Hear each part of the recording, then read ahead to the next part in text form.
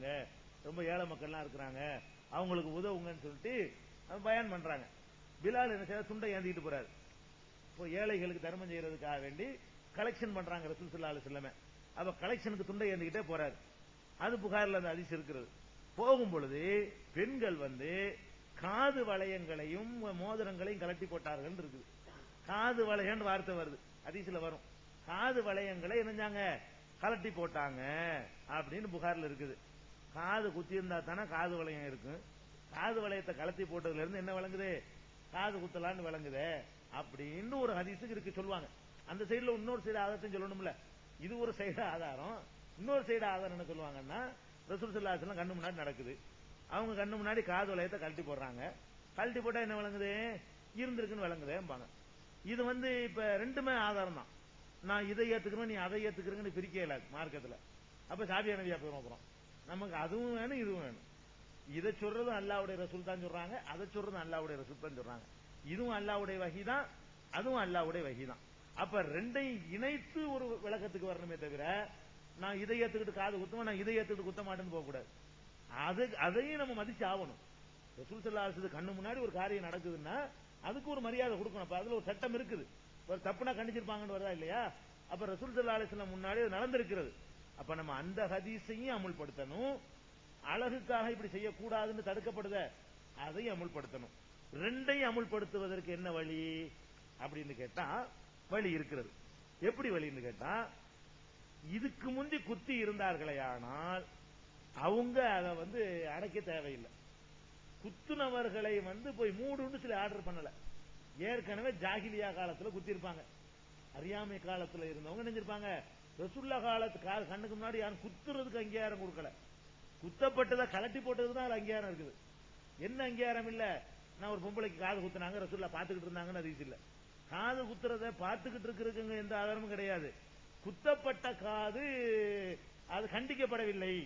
அதுல என்ன அந்த ஹதீஸ்ல என்ன செய்தி இருக்குன்னா, ஏற்கனவே குத்தி இருந்தார்களே ஆனால் அதுல அவங்க நகை நட்ட போட்டுக்கலாம். இப்ப இருக்கிற பெண்கள் இருக்கிறாங்க, இனிமே உள்ள பிள்ளைகளுக்கு குத்தாதீங்க.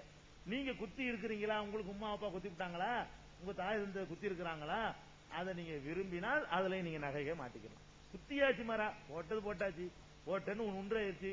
மர போட்டதை விடுறாந்தா தன்னால மூடிக்கிறேன், மூடுறாதா மூட விட்டுருங்க, போடுறானா போட்டுக்கிறங்க, போடு அது கட்டாயம் இல்லைன்னு நினைக்கலாம்.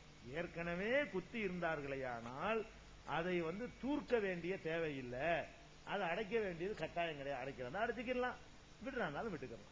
இதை எடுத்துக்கிட்டோம்னா நம்ம அதையும் எடுத்துக்கிட்டோம், இதை எடுத்துக்கிட்டோம். அந்த ஹதீஸை நம்ம மறுக்கல, இந்த ஹதீஸை மறுக்கல. அதனால குத்தாம இருக்கிறது தான் சரியான முறை. ஏற்கனவே அறியாமையில குத்தி இருந்தார்களே ஆனால் அவங்க அப்படி கண்டினியூ பண்ணிட்டு போலாம். வேற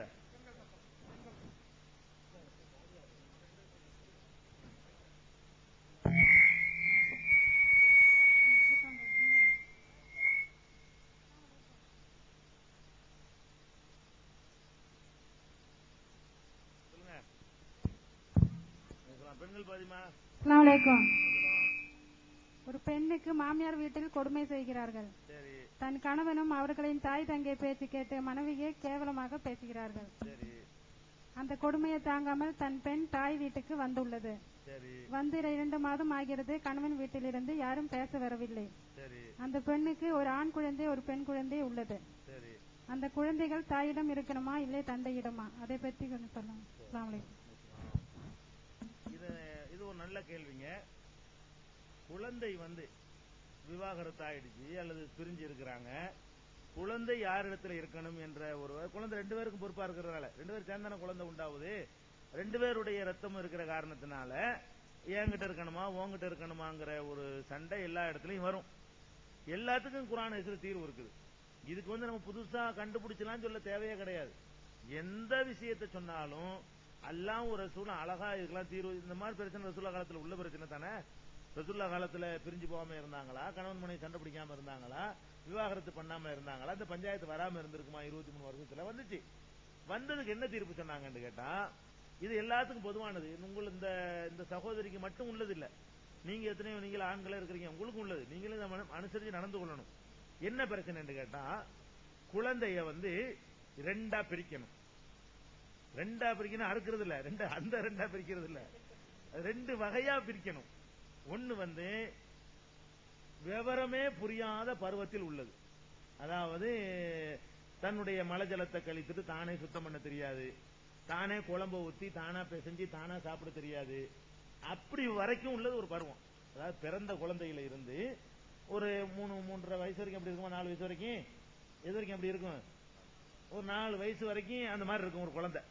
பிறந்ததுல இருந்து தன் காரியத்தை தானே செய்து கொள்ள முடியாது என்ற கண்டிஷனில் உள்ள பருவம் வரைக்கும் ஒரு செக்ஷன், அதுக்கு மேல ஒரு செக்ஷன். அப்ப பிறந்ததுல இருந்து 4 வயசுன்னு வச்சுக்கிறீங்களேன், கை குழந்தையில இருந்து 4 வயசு வரைக்கும் உள்ள குழந்தையாக இருந்தால் அந்த குழந்தை தாயிடத்தில் தான் இருக்க வேண்டும் என்று நபி ஸல்லல்லாஹு அலைஹி வஸல்லம் அவர்கள் ஜட்ஜ்மெண்ட் பண்ணாங்க. அந்த குழந்தையுடைய வயசை நீங்க கேட்கணும், தாயிட்ட இருக்கணுமா தகப்பன் இருக்கணுமான்னு கேட்கும் பொழுது 4 வயசு வரைக்கும் உள்ள குழந்தையா இருக்குமே, ஆனால் தகப்பன்ட்ட விடக்கூடாது, தாயிட்ட தான் அந்த குழந்தை என்ன செய்யணும், பால் ஊட்டுவதில் இருந்து அதை பராமரிக்கிறதுல இருந்து தாய் தான் அதை செய்ய இயலும். இல்லாட்டி குழந்தை கேடா போயிடும், இவன் பாட்டுக்கு விட்டு போயிடும், அது கழிஞ்சுக்கிட்டு கிடக்கும், அந்த குழந்தைக்கு நன்மை தராது. எவ்வளவுதான் பாசம் வச்சிருந்தாலும் சரி ஒரு தாய் செய்யற வேலையை தகப்பனுக்கு செய்ய இயலாது. இத கருத்துல கொண்டு ரசூலுல்லாஹ் என்ன பண்றாங்கன்னு கேட்டா, 4 வயசு வரைக்கும் உள்ள குழந்தையா இருந்தால் அது யார்கிட்ட இருக்கணும், தாயிடத்தில் இருக்கணும். அதே நேரத்தில் தாயிட்ட இருக்கிற காலத்துக்கும் அதை வளர்க்கிறதுக்கும் சேர்த்து இவன் சம்பளம் கொடுக்கணும். தலாக்கு இல்லாம பிரிஞ்சிருந்தார்களே ஆனால் குழந்தைக்கு மட்டும் உணவு கொடுக்கணும். விவாகரத்து பண்ணியிருந்தான்னு சொன்னா குழந்தையுடைய சாப்பாட்டுக்கு இவ்வளவு, உன் பிள்ளைய நான் வளர்க்கிறேன்ல அதுக்கு 500 ரூபாய் கொடு. கோர்ட்லையும் போய் கேட்கலாம், இஸ்லாமிய நாட்டிலையும் கேட்கலாம், ஜமாத்துகளையும் கேட்கலாம், பால் ஊட்டுவதற்கும் காசு வாங்கிக்கலாம். குர்ஆன்ல எப்படி இருக்கு, பக்கராவுல சூரத்துல் பக்கராவுல அலல் மௌலூதி லஹு ரிஸ்குஹுன்ன வ கிஸ்வத்துஹுன்ன, விவாகரத்து நடந்து விடுமையானால் நடந்த பிறகு இப்படி பிள்ளை விவகாரம் வந்துருச்சுன்னு சொன்னா கை குழந்தைக்கு அம்மா பால் கொடுக்கறாள்ல, குழந்தை அம்மாட்ட இருக்கணும், உன் குழந்தைக்கு பால் கொடுக்கறன்ல அதுக்கு 1000 ரூபாய் கொடுறா, அதை மழை ஜலத்தெல்லாம் கடிச்சு சுத்தம் பண்ணி கிளீன் பண்றேன்ல அதுக்கு ஒரு 1000 ரூபாய், மாசம் 2000 ரூபாய் கொடு அப்படின்னு அந்த பெண்ணு கேட்கலாம். இஸ்லாமிய அரசாங்கத்திலையும் கேட்கலாம், இந்திய அரசாங்கத்திலையும் இந்த குர்ஆன் ஆயத்தை வைத்து எங்களுக்கு முஸ்லீம் பர்சனல்லா எங்களுக்கு சட்டம் இருக்கிறது, இதன்படி தீர்ப்பளியுங்கள் கோர்ட்டுக்கு போனீங்கன்னா இந்திய கோர்ட்லயும் இந்த ஜட்ஜ்மெண்ட் வாங்கலாம். குழந்தையை வளர்ப்பதற்காக வேண்டி குழந்தையுடைய செலவும் தகப்பனை சேர்ந்தது, அந்த குழந்தை திங்கிறதுக்கு மட்டும் செலவு இல்ல, அதை பராமரிக்கிற கூலியும் தாய்க்கு கொடுக்கணும். அதை 4 வயசு வரைக்கும் உள்ளது. 4 வயசுக்கு மேல உள்ளதா இருந்துச்சுன்னு சொன்னா அப்படி ஒரு கேஸ் வருது, நபி ஸல்லல்லாஹு அலைஹி வஸல்லம் கிட்ட வருது, என்கிட்ட தான் இருக்கணும் உன்கிட்ட தான் இருக்கணும்னு கேட்கறாங்க.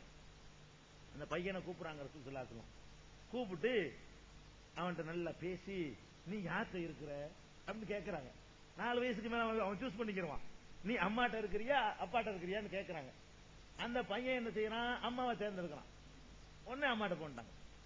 4 வயசுக்கு மேல இருக்குமே ஆனால் அந்த குழந்தை அதுக்கு தெரியும். அதாவது நம்மளை எல்லாம் விட ஒரு குழந்தைக்கு தனக்கு யார் நல்லது செய்வான்னு கரெக்டா தெரியும். யார் வலுவல் உழுவா, யார் எதுக்கத்தான் அடிச்சுட்டு இருப்பா, யார் நம்மளை ஒழுங்கா பண்ணுவான்னு குழந்தை கரெக்டா தெரியும். 4 வருஷம் பார்த்துருக்கோம் இந்த குழந்தை, இதை பார்த்தது முடிவு பண்ணிரு, இவங்க அடிச்சே கொண்டு போடுவான், இல்ல இவள்கிட்ட இருந்தா அடிச்சே கொண்டு போடுவா. அது ரெண்டு மாத்தியும் தேர்ந்தெடுக்கும்.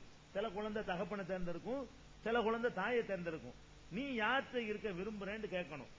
கேட்டு தாயை தேர்ந்தெடுத்தா தாய், தகப்பனை தேர்ந்தெடுத்தால் தகப்பன், யாரை தேர்ந்தெடுத்தாலும் செலவு தகப்பனை சேர்ந்தது. பாயிண்ட் வழங்குதா, யாரை தேர்ந்தெடுத்தாலும் சேர்ந்தா அந்த செலவு யாரை சேர்ந்தது, நம்ம தான் காசு கொடுக்கணும். தாயை தேர்ந்தெடுத்துட்டானா அவன் வளர்க்கறதுக்கு, அவன் பள்ளிக்கூடத்துக்கு உள்ள பீஸ்ல இருந்து, அவனுக்கு யூனிஃபார்ம்ல இருந்து, அவனை வளர்க்கறதுக்கு கூலியில இருந்து, சோத்து காசுல இருந்து, இந்த மாசம் மாசம் உழவுண்டு கொண்டே கரெக்டான செய்யணும். விவாகரத்து பண்ணப்பட்டாலும் சரி, வேற காரணத்துக்கு பிரிஞ்சிருந்தாலும் சரி, குழந்தையுடைய வளர்ப்பு செலவு நம்மளை கணவனை சேரும். குழந்தை எங்க இருக்கிறது என்பதை குழந்தை தீர்மானிக்கும். எது வரைக்கும், பருவ வயசு வரைக்கும். பருவ வயசுக்கு மேல அது கிடையாது, அது சுதந்திரம், இங்க இருக்கலாம் அங்க இருக்கலாம், இங்க ஒரு நாளைக்கு ஒரு நாள் இருக்கலாம்ல. பருவம் அடைஞ்ச பிள்ளைகளா இருக்குமே ஆனால் அது யாருக்கும் உரிமை கிடையாது, சொந்த காலில் நிக்கக்கூடிய வந்துட்டதுனால அப்ப 2 பேர்த்தையும் இருந்துக்குவாங்க. அதான் இருக்கணும்.